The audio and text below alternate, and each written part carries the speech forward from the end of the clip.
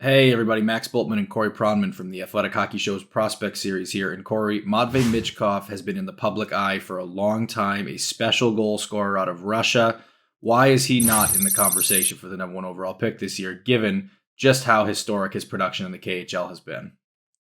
Not just in the KHL. You look at what he did in the MHL, Russian Top Junior League last year. He dominated that as a draft -1, MVP of the U18 World Championships, several years removed from when he would have been a draft eligible. He went to the World Juniors before it got canceled, and he was impactful there. This guy you look at his numbers over a long period of time. All this guy does is score and score and score, and he has special offensive abilities. But he, about a year and a half ago, signed an extension with SKA St. Petersburg through the end of the 2025-26 KHL season, which is a complicating factor. You have the war between Russia and Ukraine, a complicating factor. You have the fact that, frankly, his skill set is not perfect. He is a 5'9", 5'10" winger. He is not an amazing skater. He is a one-way player. So those are some risk variables in the projection too. And I think all of those combined give NHL teams plenty of cause for concern. But man, is he a special player, like I mentioned before. And there are plenty of NHL teams that would be highly excited to draft this player very early, despite all those things I just said, because in terms of what he can do with the puck inside the offensive zone, there have not been many players in recent years that have come along like him. Of the big top players in this class, Michkov is the one who many think could fall because of all the things you just mentioned. But we've seen over the long history of the NHL, typically teams that wait for these Russian players who have some kind of contract issue, they tend to get rewarded in the long term. Why wouldn't a team want to take that bet and just trust that over time it will pay off?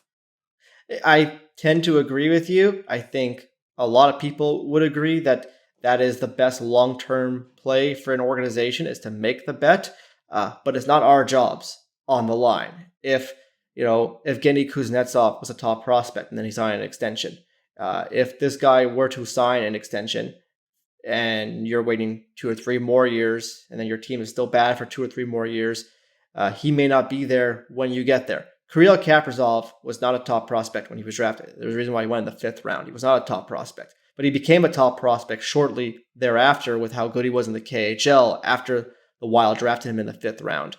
And he arrived 3 general managers later from the point when he was initially drafted. That is a concern if you're an NHL organization and you're the decision maker who has to pull that trigger.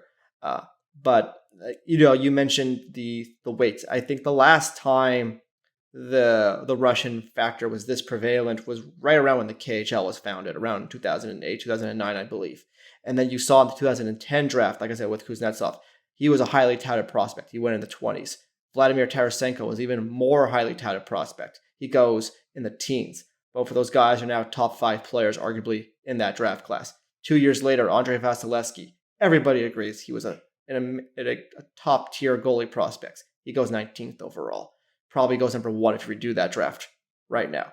So you're probably right that history is not kind in terms of how we look back on these things, but because it's not our jobs on the line, and it's not our, we don't own these teams, whether it's the manager or the ownership who has to make these decisions, those are the complicating factors, whether you like it or not.